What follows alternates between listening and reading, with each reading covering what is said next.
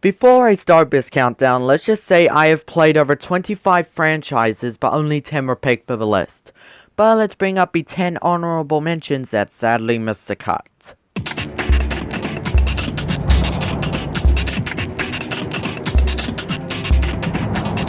Ratchet & Clank is a series, while a tad bit overrated in my honest opinion, I still like. I played Ratchet & Clank Tales of Destruction on PS3 and the Ratchet & Clank 2016 reboot on PS4. This is such a good series that should still be played today. Good work, Insomniac. What? The Legend of Zelda didn't make the list? Now then, this is still a fantastic and glorious video game series. The dungeons, exploration, characters, music, everything in this series is almost a masterpiece. The only Zelda games I played were the Minish Cap, Zelda 2, The Legend of Zelda on the NES, and my favorite, Wind Waker. Play this series!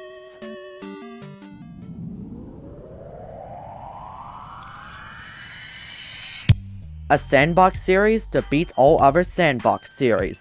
I played a little bit of Grand Theft Auto 4 and a lot of Grand Theft Auto 5. Now where is GTA 6, Rockstar?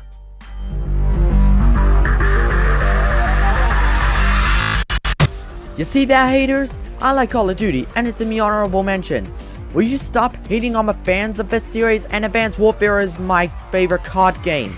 Sue me! Doom is an awesome FPS. Seriously, all the blood and gore is amazing. While I haven't played Doom 2016, I played Doom 64, Doom 1993, and my favorite is Doom 2. If you are easily disturbed, don't play this series.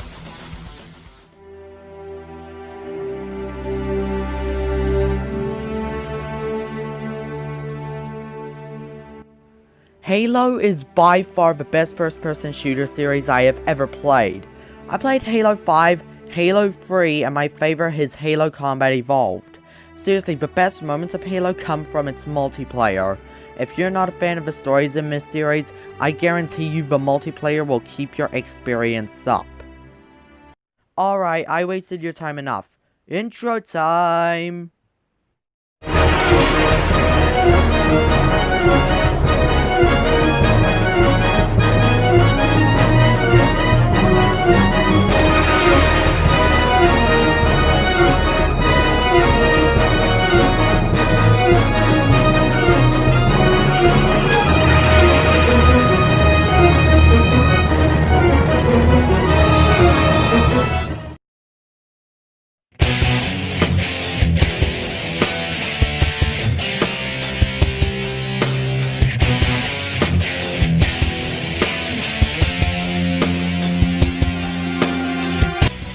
Video games have spammed into popularity. They've come in all different shapes and genres. For video games, there is something for everyone. And the best-selling and fan-favorite games spam into a series. Every gamer has at least 1, 2, or more franchises they absolutely adore. Don't deny it, you do. So, what are my favorite franchises? That is what I will tell you. Anyways, unlike every other countdown maker in my community who made the same topic, would usually put the franchise on if they had played 2, 3, or 4 games in the series. But not mine. That's right, I'm going to include series even if I played only 1 game in its series. I want to give every franchise a chance to appear on the spot for the list. But however, if I have played only 1 game in the series, I have to like the game. So sorry Gears of War, sorry Medal of Honor, and sorry FIFA. Holy, look at the time of this video. Let's get started.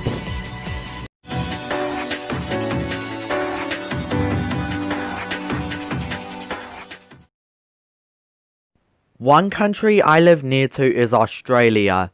I also live near so many tropical islands. My family is a big fan of the series. I bet you already know what I'm trying to say, so number 10 is Crash Bandicoot.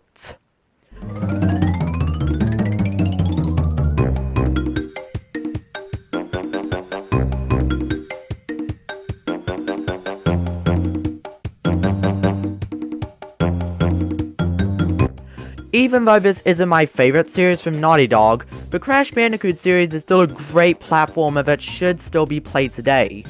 Even though the Crash series was dead for a while, Activision revived the series with the Crash Bandicoot N. Sane Trilogy on Switch, PS4, Xbox One, and Crash Bandicoot 4 this year, meaning that the Crash Bandicoot series is finally back on track. Anyways, a bit of backstory. Since Nintendo and Sega have their platforming mascots, Sony decided it's time to have their own. So they hired Naughty Dog to create a platforming mascot for their spanking brand new PlayStation. A Bandicoot who jumps and spins called Crash Bandicoot. Crash became a fan favorite among fans and has become a platforming and racing series kinda like Mario did. Even tried out making their own Mario Party game. Twice! What?!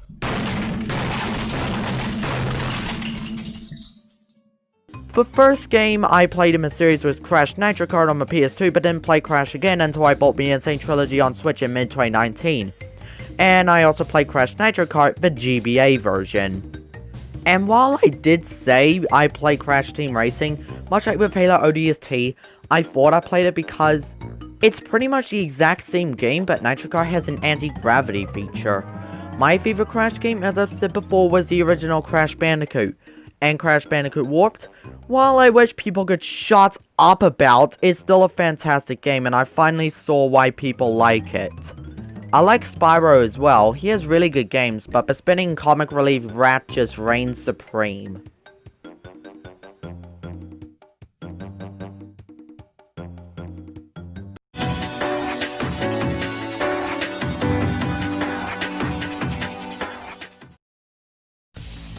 I have no idea what's happening to Capcom recently. Fans complain about this company because they think they don't care about the franchises like Devil May Cry and Street Fighter.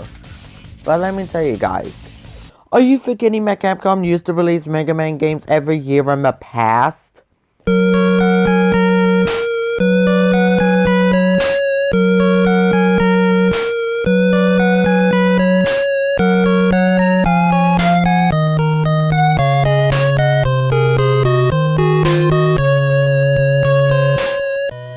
I know some new players see Mega Man as the same game with nothing new implemented, and Capcom doesn't care about the series other than just re-releasing the old games and not caring about making new games.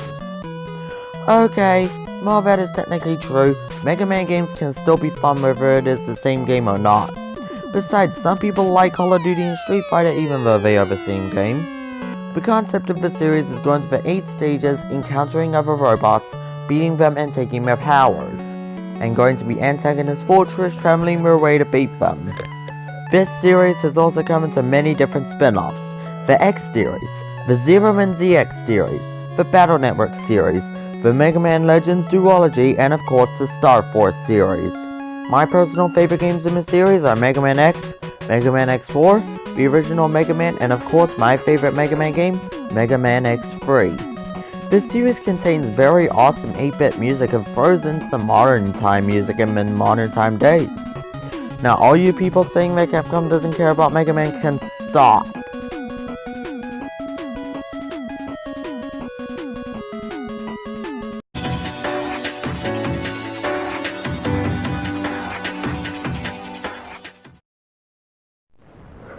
A cheeky raccoon sneaking around your Rebel Metal Gear Solid style is definitely a cool concept, and Sucker Punch came up with Sly Cooper.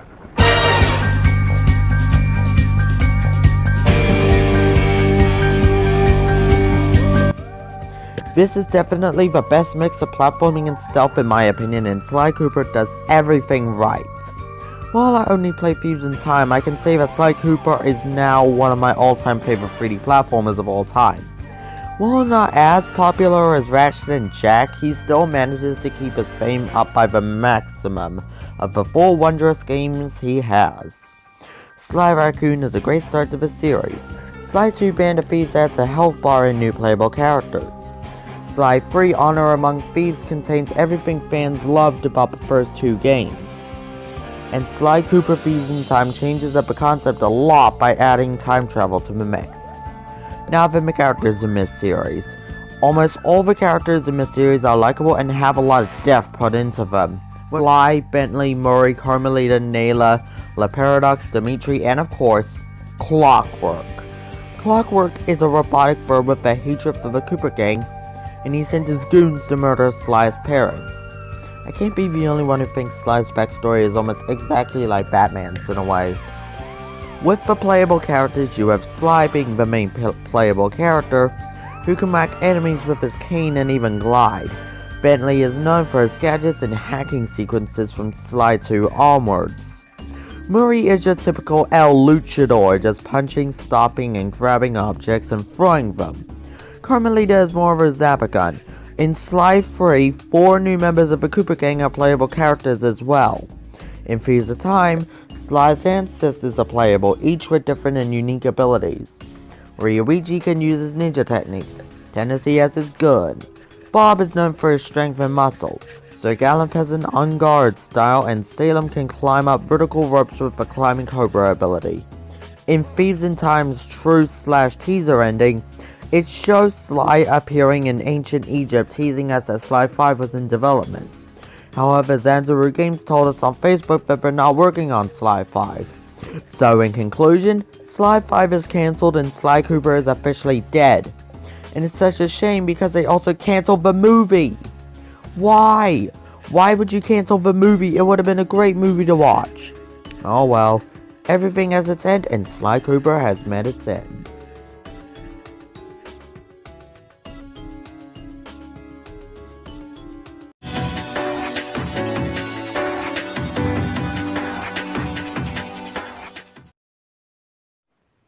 Three cheers for the franchise that saved gaming altogether.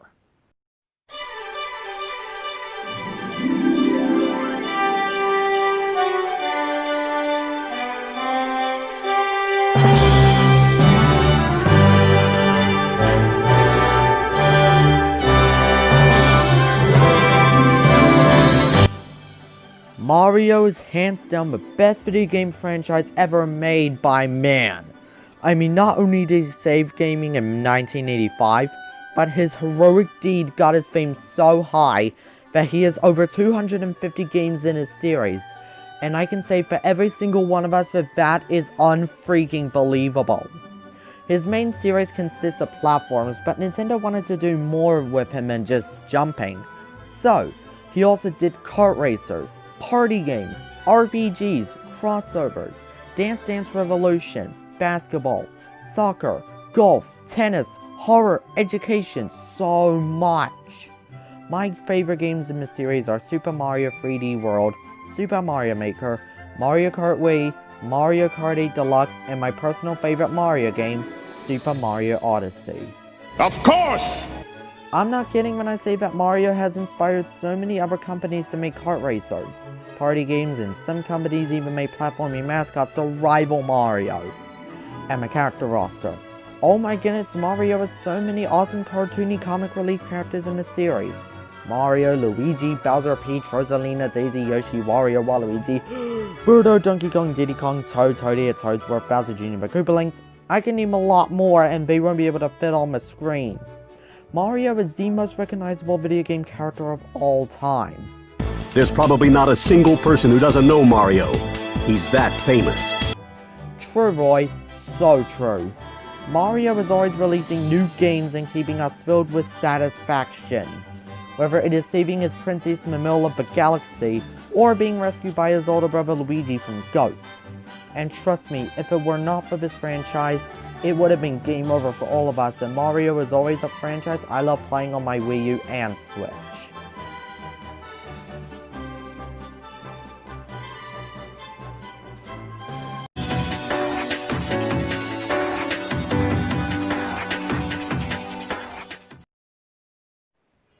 I understand why people dislike Konami, but honestly, I don't. Sure, they have made bad decisions during their lifetime, like killing off Silent Hill and Castlevania, but one man from the company by the name of Hideo Kojima made Metal Gear.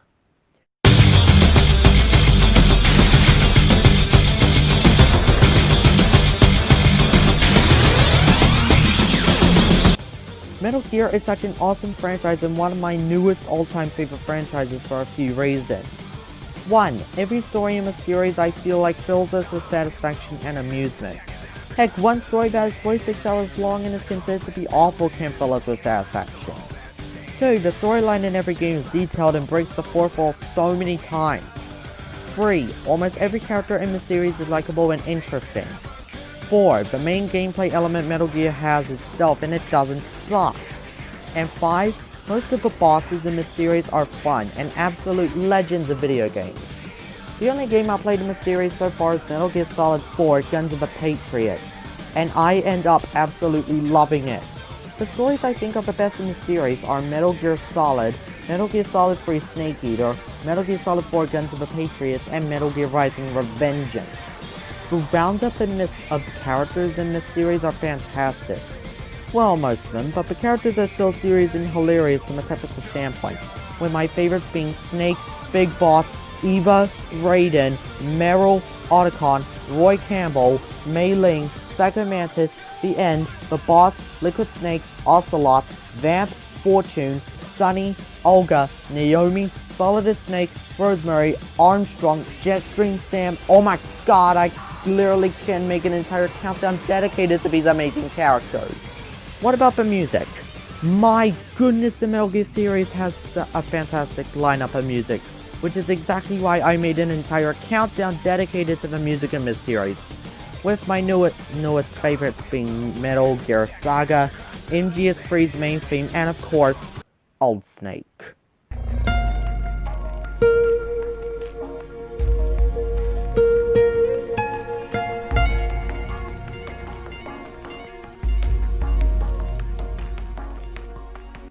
Overall, the Metal Gear series is freaking fantastic, and is one series I feel like everyone, and I mean everyone, should try, since it's hands down one of the best video game franchises to ever live. This series may be dead now, but it's time we move on. And blame Death Stranding.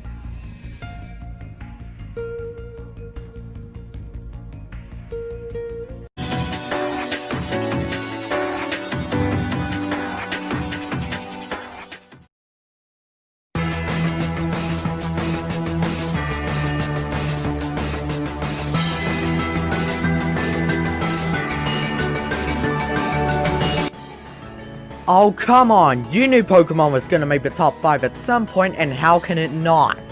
This series is one of the most charming, kid-friendly, and the most addicting games of all time. Now, I know Pokemon's target audience is mainly towards children, but even people above child age 13 and over can still love this series, and I am one of them. When I was young, I really hated this series due to it being overrated, and everybody was talking about it so much. But it wasn't until 2018 when I got somewhat interested in it, but it wasn't until March of 2019 when I finally became a huge fan of Pokemon. The games I played in the series are Let's Go Pikachu, Sword, Pokemon Quest, Pokken Tournament, Pokepark, and Pokemon Emerald. And let's talk about the Pokemon in this series. Oh my goodness, over 800 Pokemon in this series, and there will be some Pokemon that even fans such as myself won't even know or remember. I would have to say my favorite Pokemon in this series are Greninja, Lucario, Sobble, Gardevoir, Zapdos, Gallade, Espeon, Vaporeon, Charizard, Serena, Incineroar, and the lovable Pikachu itself. The concept of the Pokemon series is simple. You're a Pokemon trainer capturing and training little creatures, competing in gym battles, an evil team getting in your way and beating the elite foreign champion, with my favorite evil teams going to Team Rocket, Team Galactic, Team Plasma, and Team Flare. My favorite gym leaders going to Brock, Misty, Sabrina, Giovanni, Milo, Nessa, Kabu, Gordy, and Raihan. My favorite rivals going to Red, Blue, Brendan, May, Wally, Dawn, Iris, Hugh, Serena, Shauna, Hal, Gladion, and Marnie. My favorite Elite Four goes to Let's Go Pikachus, and my favorite champions are Red, Lance, Steven, Cynthia, and Diantha and Leon. So pretty much all of them. Graphically looking, every Pokemon game looks gorgeous with every new game and generation comes by, which is what I love with Pokemon Black and White. Probably having the best graphics to any Pokemon game in my opinion. So yeah, Nintendo and Game Freak did a really great job on the series, and the Pokemon series is my second favorite Nintendo franchise.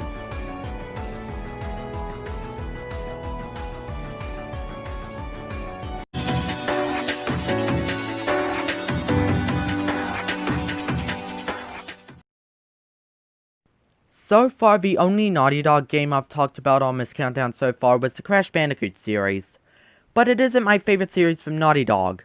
That title goes to the Jak and Daxter series.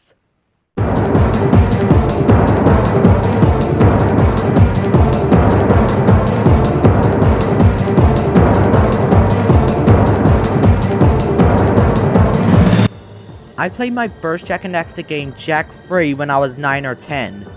But didn't play the series again until this year in August, when I bought the Jak and Daxter trilogy on PS3.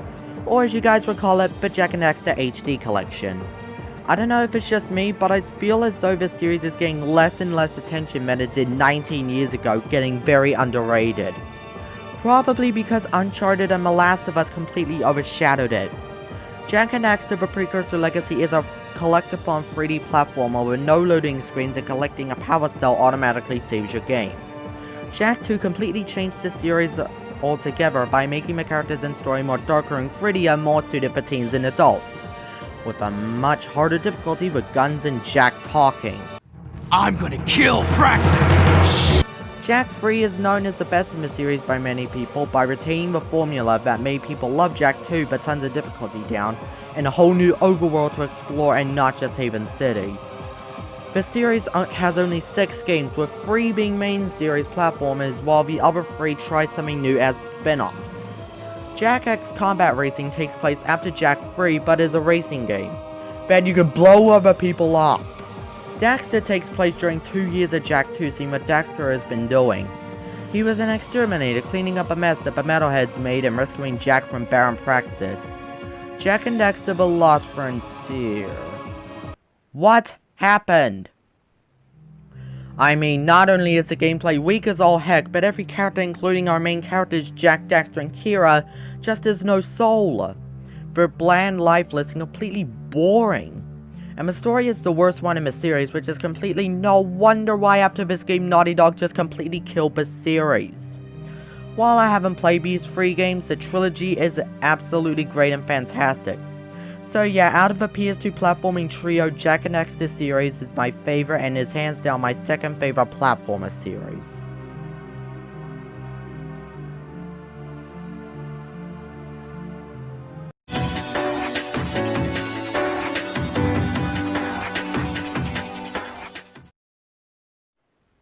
My very favorite Nintendo franchise.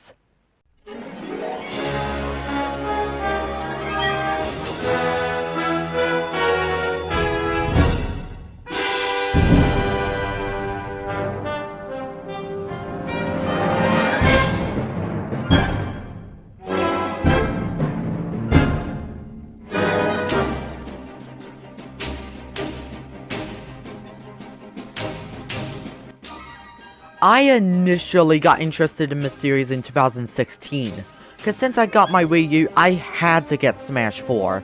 I mean, what's the point in owning a Wii U without owning Smash Bros? I really loved it, and when the Switch was announced in 2016, I just wanted that Masahiro Daddy Sakurai will create a Smash Bros for it, and in March 2018, Nintendo teased the trailer for a new Smash Bros. Once we got it in December 2018, our minds were blown away by how great this game is. And early this year, I saw Super Smash Bros. Brawl in EB Games, and so I bought it, played it, and loved it as well. Having Nintendo's character crossover with third-party developers that made some of their characters such as Sega, inviting Sonic and Bayonetta, Capcom inviting Mega Man, Ryu, and Ken, and even Bandai Namco inviting Pac-Man, and so much more. Unlike any other fighting game such as Mortal Kombat and Tekken, when those fighting games are more traditional, Smash Bros is far from traditional. Literally anyone can pick up a Smash Bros game and enjoy it because every character in the game has something everyone can enjoy. Characters like Mario and Duck Hunt are more for casuals, while Hero and Ganondorf are more for competitive Smash players. Super Smash Bros. Is one big fan service, implementing a ton of cameos and Easter eggs in some of the stages, such as Palutena's guidance and Snake's codec calls. In terms of stage design, almost every stage in the series is fun and really amazing to fight on, with a different selection of music tracks to play while fighting, with even music tracks represented in their respective games getting Smash remixes. Play Snake Eater instrumental on Shadow Moses Island and you'll understand why this is a really cool feature. People still speculate which characters will make it in the game and which ones they want the most. For me, Sakurai, if you're listening, I want Travis Touchdown from No More Heroes, Tails from Sonic the Hedgehog, Crash Bandicoot, and of course, Ryu Hayabusa from Ninja Gaiden.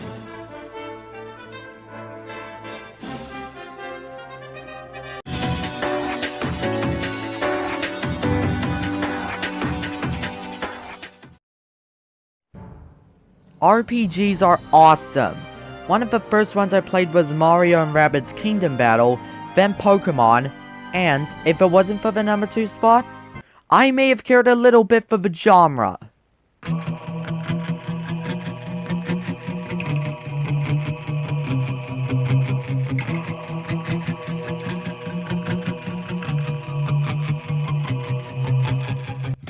If there is one franchise I'm so glad I love RPGs, the honor goes to Final Flipping Fantasy. Honestly, this series is so loved by fans and critics that it is currently one of the best RPG franchises and truly deserves to be the mascot franchise to Square Enix. Every game in the series has fantastic graphics, somewhat decent characters, mostly fun gameplay, amazing leveling system, and stunning music. Seriously, I can't believe I made an entire month dedicated to this franchise alone, with my favorite games being Final Fantasy VII, Final Fantasy VIII, and my favorite is Final Fantasy XIII. While the characters are somewhat overhated, I still like some characters, which is the exact reason why I made my top 10 favorite Final Fantasy characters. Hey, there are good characters, Blindnaders! Musically, the franchise is spectacular, with my favorite music libraries being from 6, 7, 10, 13, and 13-2, with my favorites being Assault and Blinded by Light from 13, Gone in Fire from Dissidia Duodecim, New World from 13-2, Somnus from 15, and Massive Explosion from Dissidia NT, which you've been hearing through this entire entry. Graphically, every game looks beautiful. Even with some of the blandest ones like 2 and 12, I can still find and compliment something good about the graphics. Final Fantasy isn't your normal RPG. It does something unique from other RPGs known as active time battles. Instead of making it similar to Pokemon, in Final Fantasy, allies and enemies wait until a meter is full, while you select your attack and you attack when your meter is full. And personally, I love this mechanic. It keeps the gameplay fresh and fair. Now then, you guys already know my love for this franchise, so I will not say any more because I've probably said most of the things already. Let's move on to my favorite video game franchise of all time.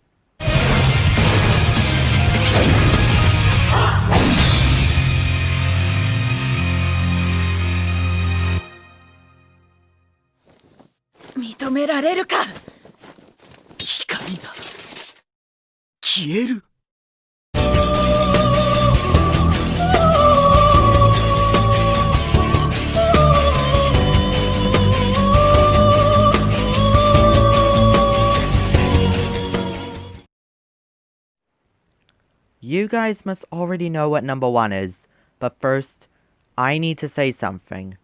Out of all the franchises on this list, number 2 and 1 were so close. To tell the truth, I was worried that Final Fantasy would have taken the top spot as my favorite video game series of all time. I don't like being dishonest and I want to share my honest opinion, but Final Fantasy and number 1 were the closest because here's the thing. I've only started playing Final Fantasy late last year, while number 1 I've played since 2012. Number 1 was the reason why I got into video games and why they are a huge part of my life. With this franchise's fanbase being so obnoxious and arrogant at the moment, some of you will probably hate me for putting this higher than Smash and Final Fantasy. So Mr. Yuji Naka and all of Sega, thank you for getting me into video games with your beloved mascot, Sonic the Hedgehog.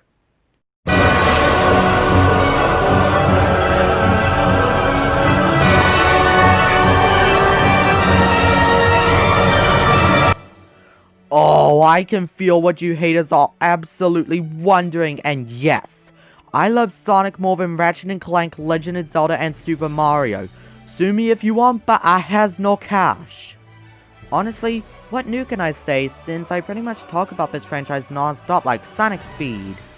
We all know the music is fantastic and this is one of the fastest gaming franchises imaginable, but let's talk about other things. Gamers claim to hate Sega because they believe the company is treating their mascot poorly. Admittedly, that's not true for the first bit. Sega hasn't been treating Sonic poorly. Besides, they try their best to make Sonic the best they can possibly do, and admittedly, some games like Secret Rings, 06 Rise of Lyric, and Free Riders are considered the worst in the series. But even then, those games can have one redeemable quality, like 06's music, Rise of Lyric's humorous dialogue, and Secret Rings' concept. The characters in the series are some of the most overhated video game characters of all time.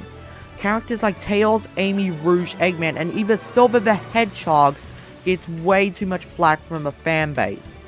But I love almost every Sonic character, with a couple of exceptions here and there. Some of my all-time favorite Sonic games are Generations, Colors, Adventure 2, Shadow the Hedgehog, and my favorite video game of all time, Sonic Unleashed. Sonic Generations was the first video game I ever played, but Unleashed made me a Sonic fan and showed me that video games can be art, with the character interactions, level designs, fantastic music, and the best Sonic graphics on my PS3 and Xbox 360. While the PS2 and Wii version I consider the worst ports of Unleashed, I will still have a chance to play them. Unleashed may get way too much flack from the fanbase, and is my favorite game to this day.